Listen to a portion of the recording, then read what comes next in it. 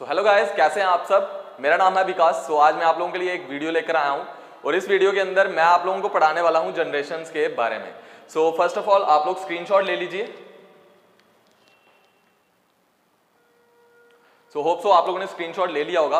Guys, generations के बारे में पढ़ने से पहले मैं आप लोगों को एक इंपॉर्टेंट चीज बता दूं कि हम लोग इन जनरेशंस के बारे में क्यों पढ़ रहे हैं और आखिर हमारा मोटिव क्या है कि हम लोग इन जनरेशंस के बारे में आगे रीड करना चाहते हैं। अब रीजन क्या है कि जैसे कि आप लोगों को पता है JKSSB के एग्जाम है, तो JKSSB के एग्जाम के अंदर जो जनरेशंस ऑफ कंप्यूटर है एक बहुत ही इंपॉर्टेंट टॉपिक जो है आपका इसके अंदर रहता है, जिसके अंदर मोस्टली पूछा जाता है जनरेशंस के बारे में कि जनरेशंस कौन कौन से जनरेशंस की हमारे पास कंप्यूटर्स थे और किस जनरेशन का टाइम पीरियड कहां से लेके कहां था। अब सबसे इंपॉर्टेंट चीज जो है दूसरी थिंग कि ये है कि हम लोगों को पहले तो ये चीज पता होनी चाहिए कि हम लोग जनरेशंस के बारे में क्यों पढ़ रहे हैं। तो जनरेशंस के बारे में पढ़ने का मेन रीजन ये है कि आप लोगों को फर्स्ट जनरेशन से लेके आज तक के टाइम पीरियड तक जो भी कंप्यूटर्स थे उनके अंदर क्या क्या हार्डवेयर चेंजेस आई और क्या क्या आप लोगों की सॉफ्टवेयर चेंजेस आई। बिकॉज अगर हम लोग बात करें कंप्यूटर के ओरिजिन होने से पहले की, यानी जब हम लोग ने फर्स्ट कंप्यूटर बनाया तो उस टाइम से लेके आज तक के कंप्यूटर में बहुत सारा डिफरेंस है। और वो डिफरेंस क्या है कि अगर हम लोग उस टाइम पे कंप्यूटर्स की बात करें तो उनके अंदर हार्डवेयर पार्ट्स जो यूज कर रहे थे वो डिफरेंट थे, बट जो आज हम लोग कंप्यूटर्स यूज कर रहे हैं और इनके अंदर जो हार्डवेयर पार्ट्स हैं वो डिफरेंट है। वो सब चीजें समझने के लिए हमारे पास हमें बहुत जरूरी है कि हम लोग जनरेशंस के बारे में पढ़ें। तो यही चीज आप लोगों को मैं पढ़ाने जा रहा हूं आज की इस वीडियो में। तो मैंने बहुत बार YouTube के ऊपर वीडियोस देखी हैं कि जो वीडियोस बनाई होती हैं वहां पे हिस्ट्री के बारे में और जनरेशंस के बारे में एक ही वीडियो के अंदर पढ़ा दिया जाता है, जिसकी वजह से बच्चों को नहीं समझ आता कि हम लोग जनरेशंस के बारे में कैसे पढ़ रहे हैं और जनरेशन के अंदर और हिस्ट्री ऑफ कंप्यूटर्स के अंदर क्या डिफरेंट है। तो आज की वीडियो के अंदर होप्स हो आप लोगों को अच्छे से समझ आ जाएगा कि हम लोग जनरेशंस के बारे में क्यों पढ़ते हैं और हम लोगों ने हिस्ट्री के बारे में क्यों पढ़ा था। तो मैंने पहले भी वीडियो बनाई थी हिस्ट्री के बारे में, आज जो वीडियो है वो जनरेशंस पे है। तो चलिए गाइस, हम लोग ज्यादा देर ना करते हुए मैं स्टार्ट करता हूं। हम लोगों ने जो जनरेशंस के बारे की बात करें तो हम लोगों ने कंप्यूटर्स की जनरेशन जो है वो 5 जनरेशंस में डिवाइड करी है। जैसे कि हम लोग बात करें first generation computer, second generation computer, third generation computer, fourth generation and last one is your fifth generation. अब यहाँ पे हमारे पास डिफरेंट जनरेशन है, 5 जनरेशन है हमारे पास, और हर एक जनरेशन का टाइम पीरियड जो है वो हमने डिसाइड किया हुआ है। अब वो टाइम पीरियड क्या है कि अगर हम लोग फर्स्ट जनरेशन की बात करते हैं, सबसे पहले फर्स्ट जनरेशन के बारे में पढ़ते हैं। तो फर्स्ट जनरेशन का जो टाइम पीरियड था, अगर हम लोग टाइम पीरियड की बात करें तो हमने यहाँ पे लिखा हुआ है दैट इज 1940 टू 1956। तो ये चीज आप लोगों को गाइस याद रखनी है कि अगर हम लोग फर्स्ट जनरेशन कंप्यूटर्स की बात कर रहे हैं तो वो जो कंप्यूटर्स थे जो टाइम पीरियड जो 1940 से 1956 के बीच का टाइम पीरियड था, उस टाइम पे जो कंप्यूटर सिस्टम बने थे उन कंप्यूटर्स को हम लोग बोलते हैं फर्स्ट जनरेशन कंप्यूटर्स। जैसे कि हम लोग बड़ी से बात करें तो अबैकस जो हमारा कंप्यूटर था वो एक फर्स्ट जनरेशन कंप्यूटर था। तो हम लोग इस तरह से डिफरेंशिएट कर सकते हैं। अब अगर हम लोग बात करें तो मैंने फर्स्ट जनरेशन कंप्यूटर्स के अंदर लिखा हुआ है यूजेस वैक्यूम ट्यूब्स। मैं गाइस यहाँ पे मार्क कर देता हूँ, जो इंपॉर्टेंट पॉइंट है यहाँ पे मैं मार्क कर रहा हूँ, आप लोग नोट डाउन कर लीजिएगा साथ साथ में कि अगर हम लोग फर्स्ट जनरेशन कंप्यूटर की बात करें तो फर्स्ट जनरेशन कंप्यूटर्स के अंदर वैक्यूम ट्यूब्स का यूज किया जा रहा था। वो वैक्यूम ट्यूब्स एक आप लोगों की, जैसे ही आप लोग घर पे ट्यूबलाइट्स का यूज करते हो सेम वैसे ही होती थी, बट उनके अंदर एक सर्किटरी लगी होती थी जिसकी वजह से हम लोग इनको सर्किटरी भी बोलते हैं, जिनकी हेल्प से क्या होता था कि जब लाइट उनसे पास होती थी तो वो आपकी एक इलेक्ट्रिसिटी, एक तरह से हम लोग बोल सकते हैं, जब उनमें से इलेक्ट्रिसिटी पास की जाती थी तो वो एक लाइट जनरेट करते थे जिनकी हेल्प से आपका कंप्यूटर जो है वो रन करता था। तो वैक्यूम ट्यूब्स, बहुत सारी वैक्यूम ट्यूब्स यूज करने की वजह से क्या था कि ये कंप्यूटर का साइज काफी बड़ा हो गया था।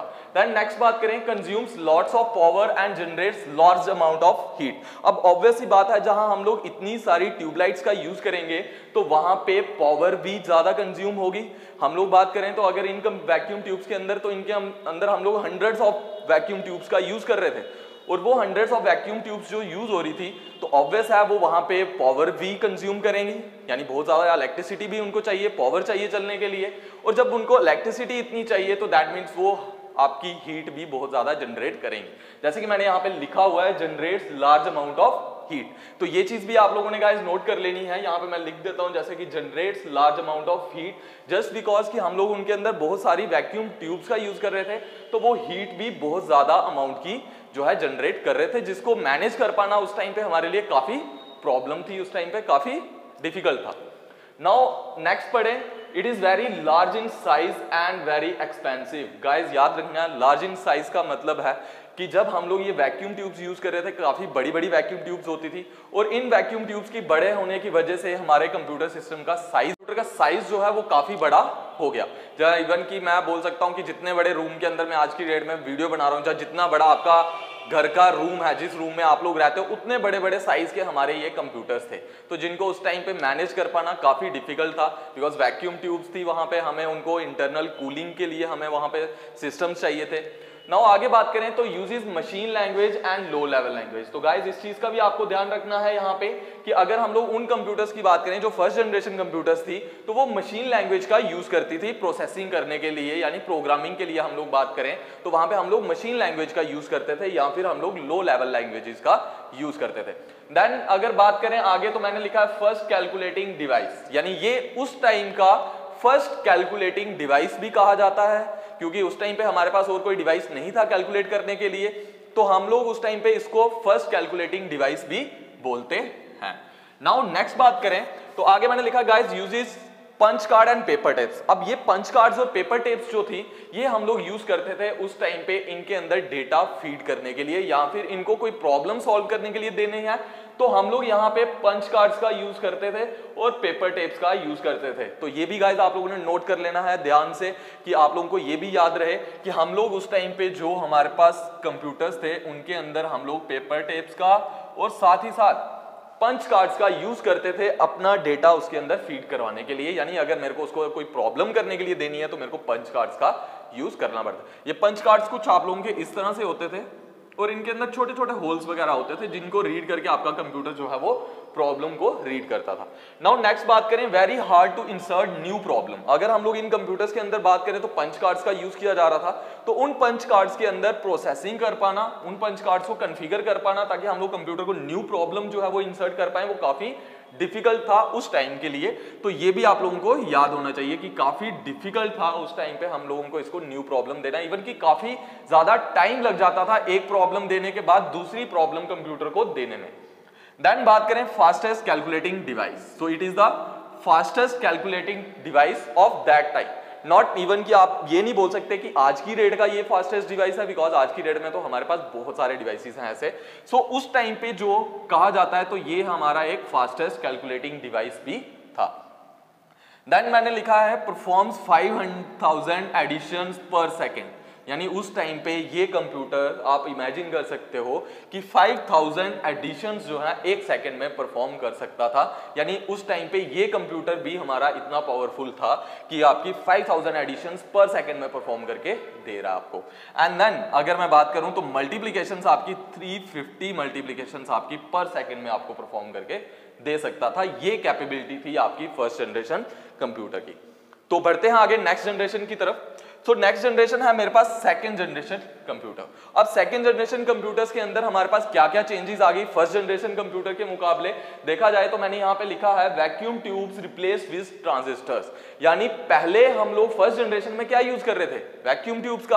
अब वो वैक्यूम ट्यूब्स काफी बड़ी थी, तो सेकंड जनरेशन में आके उनको रिप्लेस कर दिया हम लोगों ने किसके साथ, ट्रांजिस्टर्स के साथ। तो गाइज ये चीज आप लोगों ने नोट डाउन करके रख लेनी है कि हम लोग जो फर्स्ट जनरेशन कंप्यूटर्स यूज कर रहे थे उनमें वैक्यूम ट्यूब्स यूज होती थी, बट सेकंड जनरेशन कंप्यूटर्स के अंदर आके हम लोगों ने ट्रांजिस्टर्स का यूज करना शुरू कर दिया।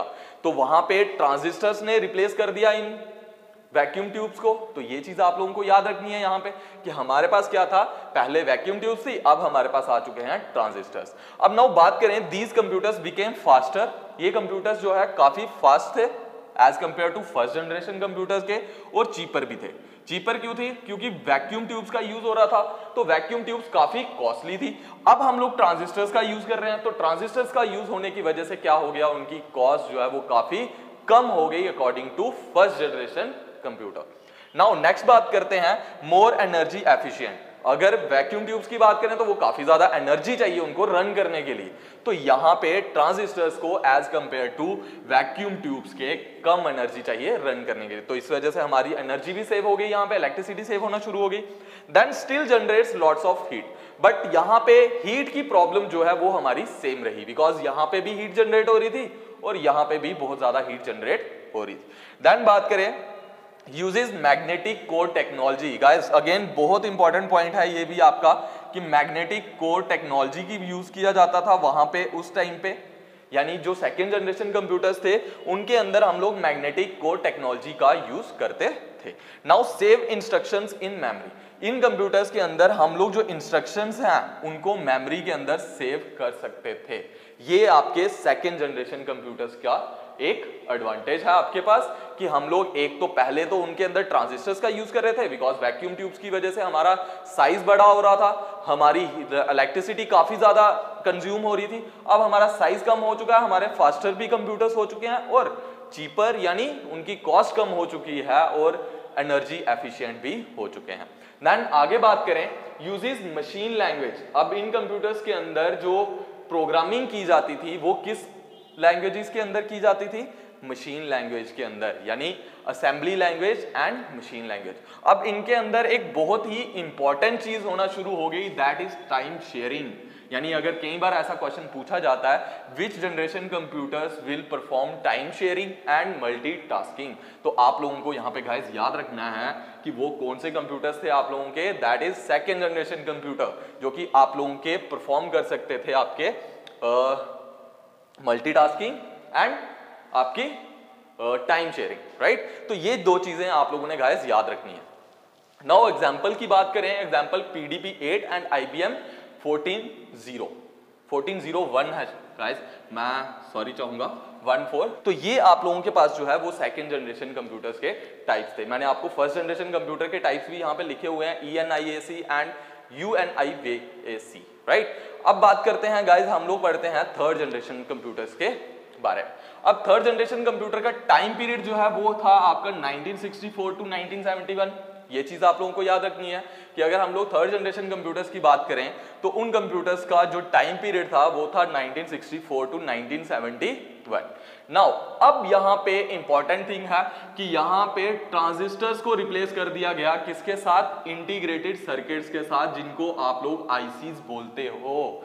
तो फर्स्ट जनरेशन कंप्यूटर से सेकेंड जनरेशन कंप्यूटर से थर्ड जनरेशन कंप्यूटर में आ चुके हैं हम लोग, और अब हम लोग किनका यूज कर रहे हैं? ट्रांजिस्टर्स को छोड़ के भी हमने क्या निकाल दिया है अब? Integrated circuits. अब हम लोग यूज कर रहे हैं इंटीग्रेटेड सर्किट्स का, जिनको हम लोग आईसीज भी बोलते हैं।